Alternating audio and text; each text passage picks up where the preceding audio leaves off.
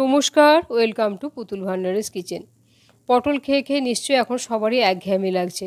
এইভাবে একদিন পটলটা রান্না করে খেয়ে দেখো, আশা করছি তোমাদের খুব ভালো লাগবে। একেবারে সাধারণ মশলা যদি একটু ঘুরিয়ে ফিরিয়ে ব্যবহার করা যায়, সাধারণ রান্নাও কিন্তু একেবারে অসাধারণ হয়।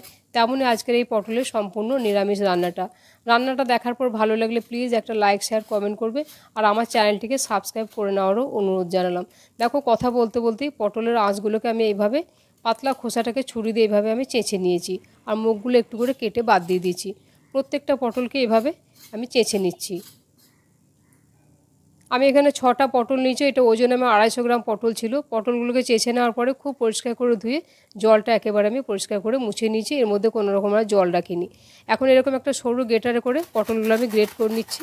তোমরা চাইলে খুব মিহি করে ঝিরিঝিরি করে কুচিয়ে নিতে পারো, বা তোমরা বড় গ্রেটারে গ্রেট করতে পারো, বা তাও যদি অসুবিধা হয় তোমরা ছোটো ছোটো করে কেটে মিক্সিতে জাস্ট হালকা করে একবার ঘুরিয়ে দেবে, যাতে পেস্ট না হয়ে যায়, যেন একটু দানা দানা থাকে। এরকমভাবে কিন্তু পটলটাকে রাখতে হবে, তাহলে কিন্তু এই রান্নাটা খেতে ভালো লাগবে। দেখো, পটলটাকে আমি গ্রেট করে নিচ্ছি। আর যে বীজগুলো একটু একটু শক্ত হয়ে গেছে, বীজগুলো ছিটকে ছিটকে কিন্তু নিজে নিজেই বীজগুলো আলাদা হয়ে যাচ্ছে। দেখো, এই যে বীজগুলো শক্ত হয়ে গেছে, একটা পটল থেকে দেখো কতগুলো বীজ বেরোলো। এই বীজগুলো কিন্তু নেব না, এগুলো আমি ফেলে দেবো। প্রত্যেকটা পটলকে এভাবে আমি গ্রেট করে নিয়েছি। আর যে শক্ত শক্ত বীজগুলো ছিল সেগুলো যতটা পেরেছি আমি বেছে বেছে ফেলে দিয়েছি। দেখো কতগুলো বীজ হয়েছে, এগুলোকে আমি ফেলে দেবো। এখন এই গ্রেট করা পটলটা দেখো একটা বাটির মধ্যে আমি তুলে নিয়েছি। আজকে যে পটলটা রেখেছি দেখো, এটার মধ্যে কিন্তু প্রচুর জল আছে, কিন্তু জলটা আমি চিপে নিংড়ে বের করব না।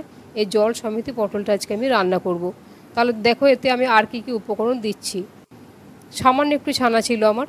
এই ছানার মধ্যে 1 চামচ ময়দা, 1 চিমটে নুন দিয়ে এইভাবে ছোট ছোট বড়ার মতো করে এগুলোকে আমি তৈরি করে রেখেছি। তোমরা এর জায়গায় একটু পনির নিতে পারো, বা পনির যদি না থাকে একটুখানি আলুও নিতে পারো। এখন গ্যাস অন করে প্যানের মধ্যে 1 চামচ আমি সাদা তেল দিয়ে তেলটাকে ঘুরিয়ে ফিরিয়ে বেশ ভালো করে গরম করে নিলাম। এখন তেল গরম হয়ে গেছে, গ্যাসের আঁচ কমিয়ে দিয়েছি।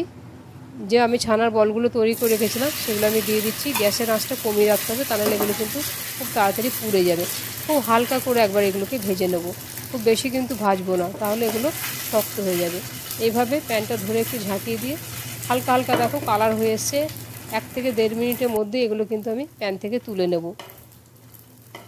একটুখানি ময়দা দেওয়ার জন্য কিন্তু এগুলো ভাঙবে না, এরকম গোটা গোটা থাকবে, দেখতে বেশ ভালো লাগে। ছানাটাকে আমি চিপে একেবারে জল ঝরিয়ে রেখেছিলাম।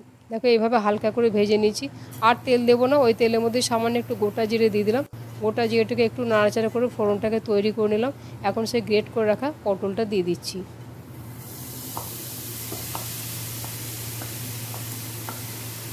এখন গ্যাসের আঁচটাকে আমি একটু বাড়িয়ে দিয়েছি, কারণ এই পটলটার মধ্যে কিন্তু প্রচুর পরিমাণে জল আছে, তাই আঁচ কমিয়ে ভাজলে কিন্তু অনেক জল বেরিয়ে যাবে। আর এখন কিন্তু এতে আমি নুন দেবো না, তাহলে পটল থেকে অনেক জল ছেড়ে দেবে। গ্যাসের আঁচটাকে মিডিয়ামে রেখে নাড়াচাড়া করে পটলটাকে বেশ সুন্দর করে ভাজা ভাজা করে নিতে হবে, যেন পটলের পুরোপুরি জলটা একেবারে ভালোভাবে শুকিয়ে যায়, আর পটলটা যেন বেশ সুন্দর ভাজাও হয়ে যায়। এরকমভাবে কিন্তু একটু সময় নিয়ে পটলটাকে নাড়াচাড়া করে ভাজা ভাজা করে নিতে হবে। এখন দেখো, পটলটা একটু একটু করে প্যানে লেগে যাচ্ছে। এখন আমি গ্যাসের আঁচটা কমিয়ে দিচ্ছি। কম আঁচে এটাকে ভাজবো, বেশি আঁচ বাড়ালে কিন্তু এখন পটলগুলো আমার পুড়ে যেতে পারে। একটু সময় নিয়ে এটা করতে হবে, খুব ভালো করে কিন্তু এটা ভাজতে হবে। দেখো, ভাজতে ভাজতে কতটা কমে এসছে। এখনও কিন্তু আমি নুন দেবো না এতে। এরকম যখন ভাজা হবে গ্যাসের আঁচটা কমিয়ে দিয়েছি। আজকে আমি যে মশলাটা দিয়ে করব, এই নতুন মশলাটা দিয়ে এইভাবে তোমরা পটলটা রান্না করে খেয়ে দেখবে। এই মশলাটার জন্য কিন্তু পটলের স্বাদটা একেবারে দুর্দান্ত হয়। এই মশলাটা আমি কিভাবে কি দিয়ে বেটেছি, চলো তোমাদের মশলাটা আমি দেখিয়ে দিচ্ছি। দেখো, এখানে আমি নিয়েছি সামান্য, দেখো একটুখানি 1/2 ইঞ্চি পরিমাণে নিয়েছি আদার টুকরো। আর এখানে আমি দিয়েছি 6টা নিয়েছি কাজু বাদাম। এর জায়গায় তোমরা যে কোনো বাদাম নিতে পারো, বা 1 চামচ পোস্তও দিতে পারো। 1 চামচ দিয়েছি গোটা মৌরি, 2টো কাঁচা লঙ্কা, 2টো ছোটো এলাচ, আর 6-7টা দিয়েছি গোটা গোলমরিচ। আজকের এই সামান্য মশলাটা আমি শিলে বেটে নিচ্ছি, তোমরা চাইলে মিক্সিতেও বেটে নিতে পারো। খুব সামান্য মশলা, তাই আমি শিলে মিহি করে মশলাটা বেটে নিচ্ছি। যদি কাজু বাদাম না থাকে সেক্ষেত্রে তোমরা চারমগজ দিতে পারো, বা চীনাবাদাম দিতে পারো, বা 1 চামচ পোস্তও নিতে পারো, বা 1 চামচ সাদা তিলও নিতে পারো। কিন্তু এই আদা, মৌরি, কাঁচা লঙ্কা, ছোটো এলাচ, গোলমরিচ এগুলো কিন্তু অবশ্যই দেবে। দেখো, মশলাটা বেটে তুলে নিয়েছি। ওই মশলাটার মধ্যে আমি 1 চামচ পরিমাণে টক দই দিয়ে খুব ভালো করে এটাকে ফেটিয়ে নেব। এই মশলাটা দিয়ে এইভাবে একদিন পটলটা তোমরা রান্না করে খেয়ে দেখবে, একেবারে দুর্দান্ত লাগে আর ভীষণ সুন্দর একটা গন্ধ হয় এই মশলাটার জন্য। খুব ভালো করে এটাকে মিশিয়ে নিচ্ছি, মাঝে মাঝে কিন্তু পটলটা আমি নাড়াচাড়া করে দিচ্ছিলাম। দেখো পটলটা নাড়াচাড়া করতে করতে কতখানি কমে গেছে পটলটা, খুব সুন্দর কিন্তু পটলটা আমার ভাজা হয়ে গেছে। তেলটা কম দিয়েছিলাম তাই তেলটা কিন্তু তোমরা দেখতে পাচ্ছ না। এখন মাঝখানটা ফাঁকা করে দিয়েছি। এখন সে রেডি করে যে মশলাটা আমি বেটে রাখলাম সেই বেটে রাখা মশলাটা দিয়ে দিচ্ছি।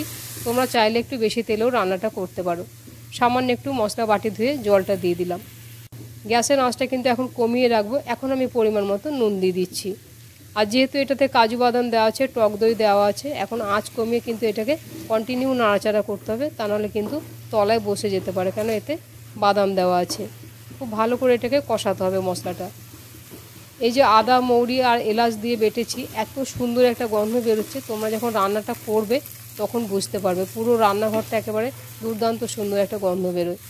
আর এই রান্নাটা কিন্তু তোমরা ভাত, রুটি, লুচি, পোলাও, ফ্রায়েড রাইস যা দিয়ে খাও, খেতে কিন্তু একেবারে দুর্দান্ত লাগে।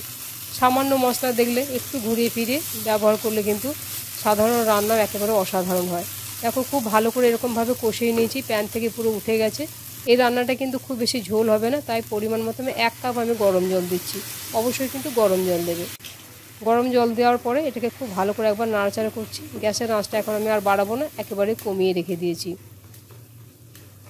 এই রান্নাটা আমি হলুদ দিই না, তোমরা চাইলে একটু হলুদ দিতে পারো, তবে আমার এই রান্নাটা একটু সাদা সাদা রাখতে বা দেখতে আমার ভালো লাগে বেশ। এখন সেই ছানার যে বলগুলো আমি ভেজে রেখেছিলাম সেগুলো আমি দিয়ে দিচ্ছি এর মধ্যে।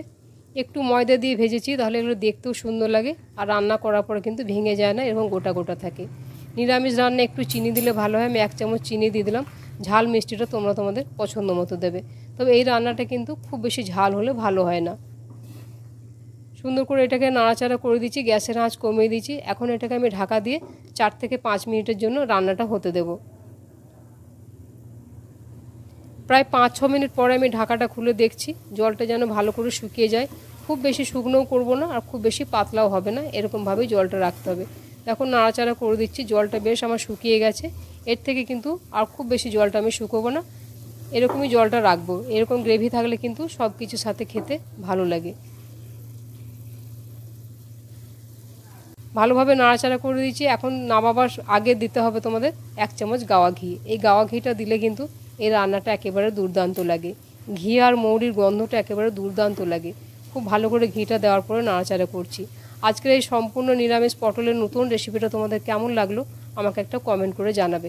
দেখো খুব ভালো করে এটাকে মিশিয়ে দিয়েছি।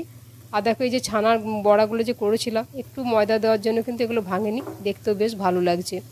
এখন গ্যাসের ফ্লেমটাকে অফ করে দিয়ে এটা একটা বাটির মধ্যে তুলে নিয়েছি। দেখো দেখতে কত লোভনীয় হয়েছে। আজকের রেসিপিটা তোমাদের কেমন লাগলো আমাকে কমেন্ট করে জানাবে। আর প্লিজ তোমরা আমার চ্যানেলটিকে সাবস্ক্রাইব করে তোমরা আমার পাশে থাকবে। রেসিপিটা সম্পূর্ণ দেখার জন্য ধন্যবাদ। তাহলে আবার অন্য কোনো দিন দেখা হবে অন্য কোনো রেসিপিতে। সবাই ভালো থাকবে। নমস্কার।